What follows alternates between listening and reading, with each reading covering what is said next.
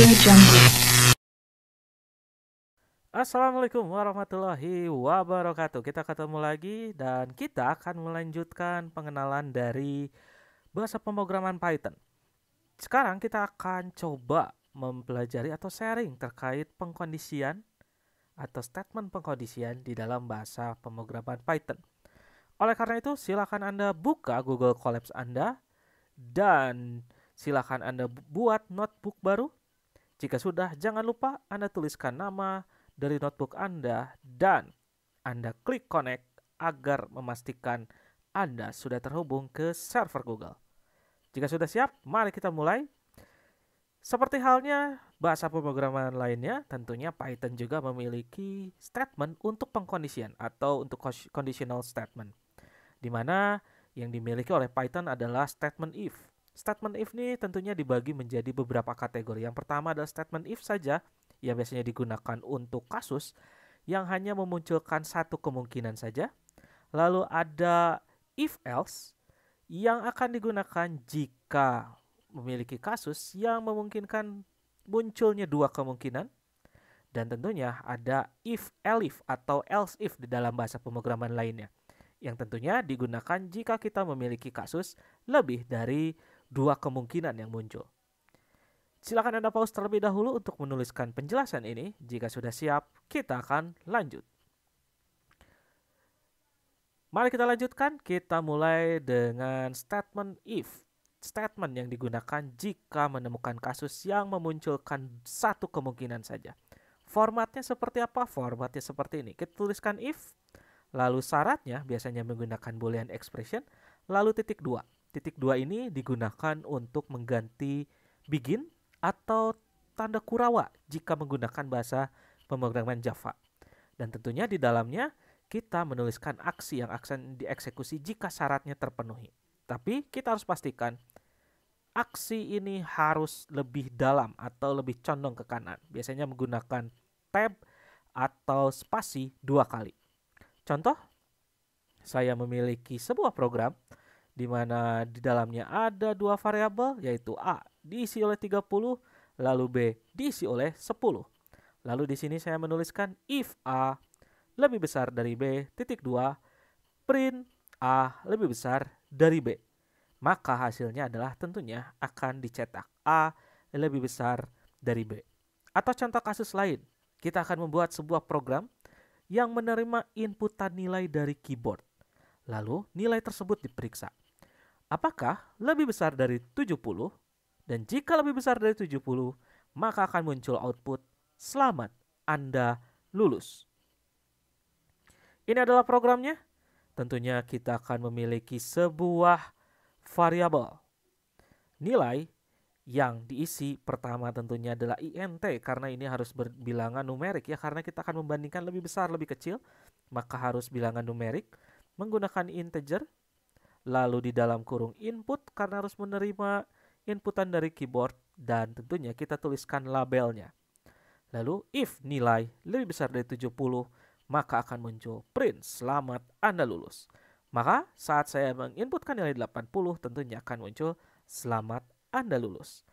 Tapi jika kita menginputkan tidak lebih besar dari 70, apa yang akan terjadi?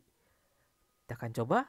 Kita tulis 50, maka hasilnya tidak muncul apa-apa. Kenapa?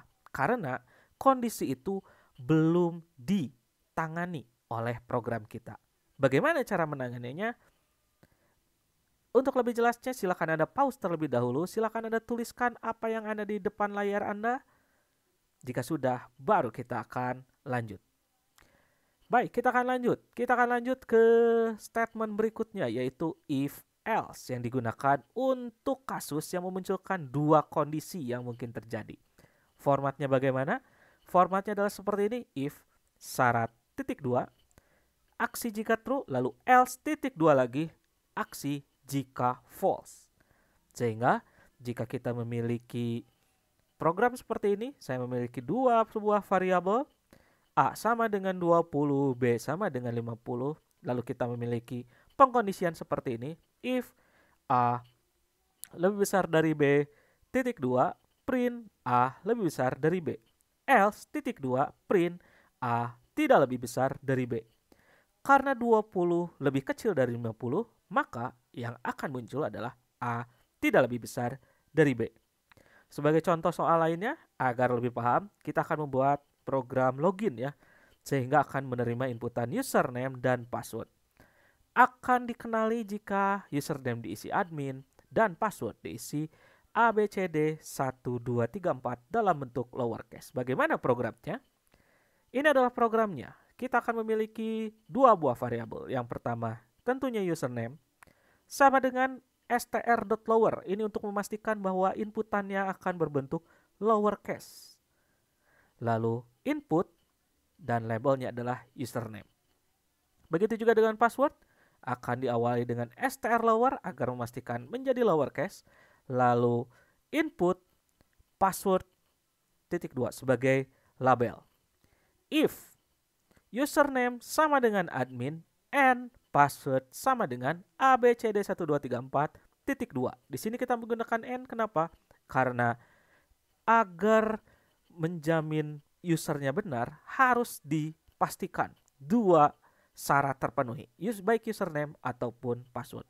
Jika ini terpenuhi dua-duanya, maka print selamat datang username, dan jika tidak atau else titik 2 print maaf Anda tidak dikenali. Sebagai contoh di sini saya menuliskan username titik 2 admin dalam huruf besar, password titik 2 ABCD1234 dalam huruf besar, dan saat di enter maka akan diterima walaupun huruf besar. Kenapa?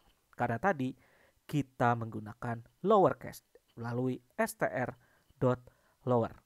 Silakan Anda pause, silakan Anda tuliskan apa yang ada di layar untuk Anda pelajari. Jika sudah, maka kita akan masuk ke statement if yang terakhir, yaitu if-elif. Jika di pemrograman lain disebut dengan else if. Digunakan jika kita menemukan kasus yang memunculkan lebih dari dua kemungkinan, jadi lebih dari dua percabangan. Formatnya if syarat 1.2 aksi true 1, elif syarat 2.2 aksi true 2, elif syarat 3 aksi true 3, dan selanjutnya sesuai dengan banyaknya kemungkinan yang akan dimunculkan dari kasus tersebut. Sebagai contoh, saya memiliki sebuah program dengan satu variabel. Nilai sama dengan 35 if nilai lebih besar sama dengan 80.2a, elif nilai lebih besar sama dengan 65.2 print B, elif nilai lebih besar sama dengan 50.2 print C, else titik 2 print tidak lulus. Maka jika kita isi 35 akan tidak lulus. Jika saya isi 50, maka hasilnya tentunya akan mendapatkan C. Jika saya isi 70, maka akan menghasilkan B sesuai dengan percabangannya. Itu adalah penjelasan dari statement if. Atas atensinya saya ucapkan terima kasih. Saya akhiri dengan baca alhamdulillahirobbilalamin. Wabillahi taufiq wal hidayah. Wassalamualaikum warahmatullahi wabarakatuh.